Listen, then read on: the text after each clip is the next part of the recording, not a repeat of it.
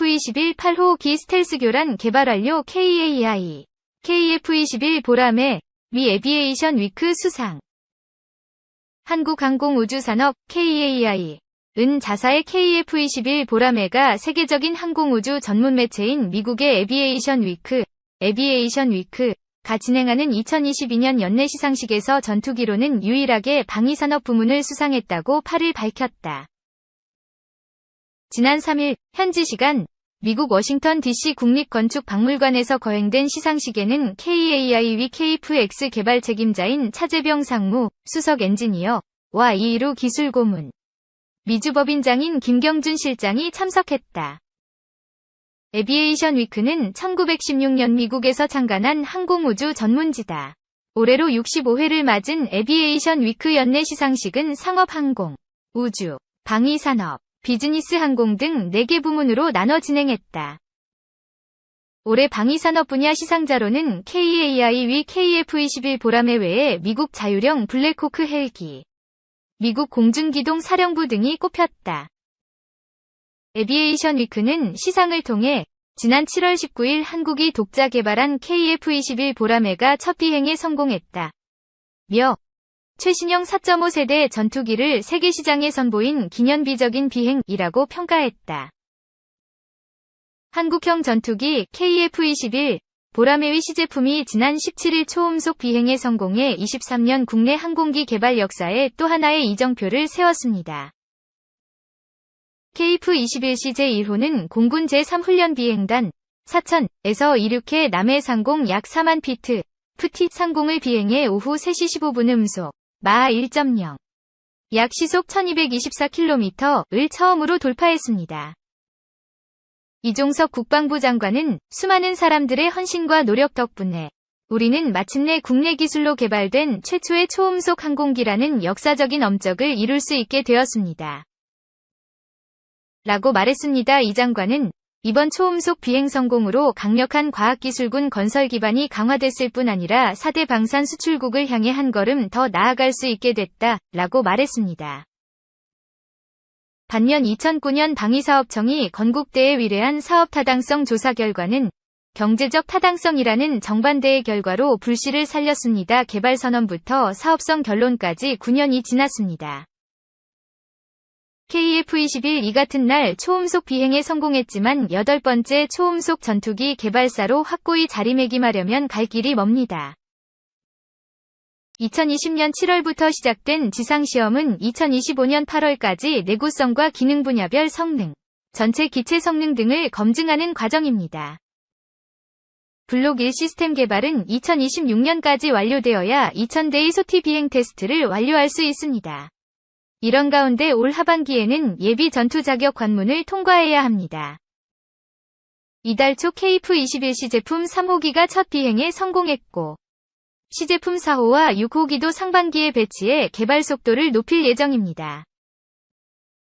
공동개발국인 인도네시아가 4년 가까이 분담금을 연체한 끝에 지난해 11월 지급을 재개한 것도 사업 전망을 밝게 하는 요인입니다.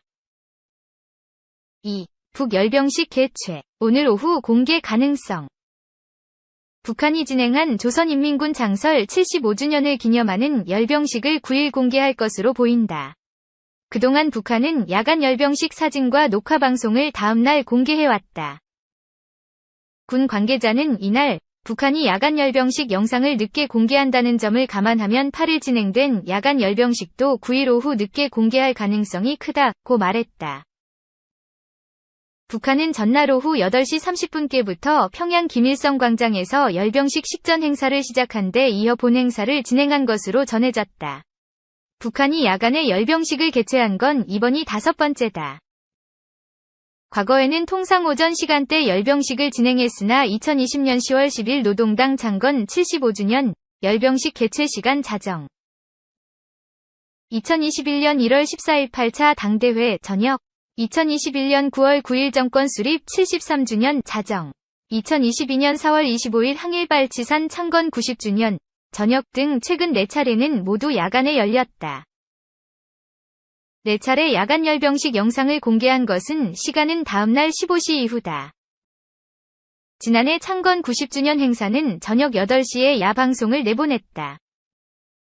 북한은 약 2만 명의 병력이 동원된 지난해 4월 열병식에선 신형 ICBM인 화성-17형을 비롯해 극초음속 미사일 화성-8형과 신형 전술유도무기 등을 대거 공개했다.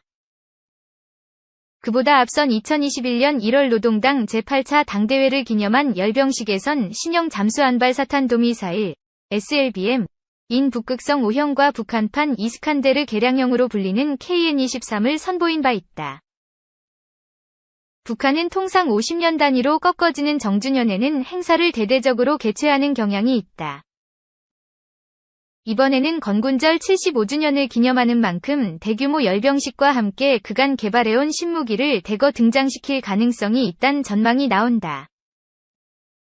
위성사진엔 화성 17형과 같은 크기의 물체도 드러났는데 신형 고체연료 엔진을 장착한 새로운 ICBM 등을 공개할 가능성이 점쳐진다.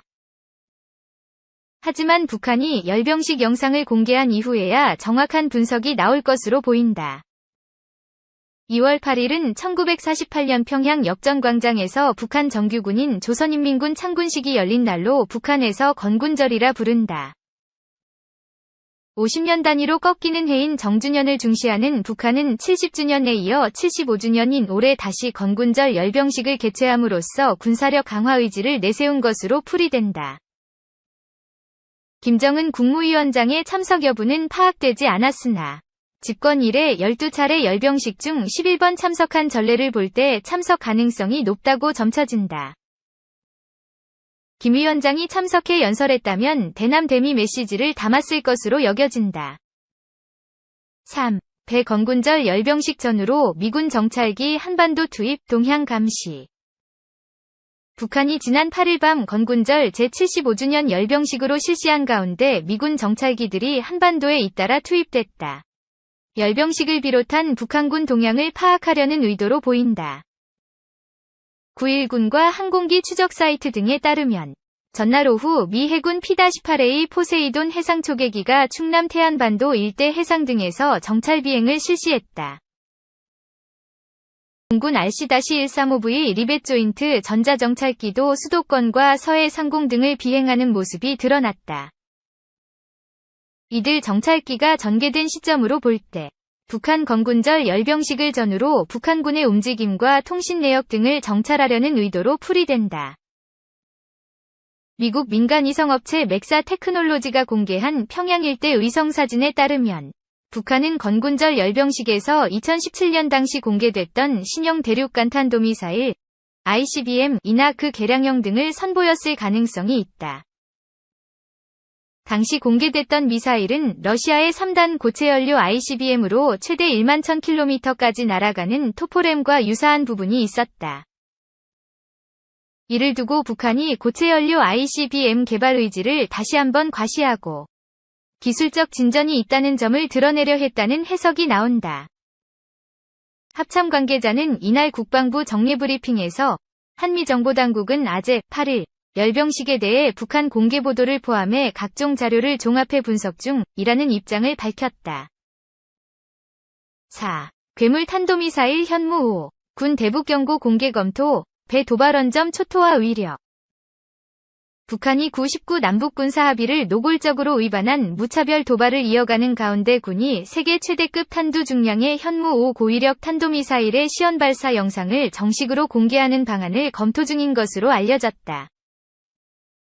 전술핵 공격 위협 등 북한의 도를 넘는 무력 시위가 지속될 경우 단 한 발로 북한 지휘부를 괴멸시킬 수 있는 괴물 미사일의 실체를 확실히 공개하겠다는 것이다.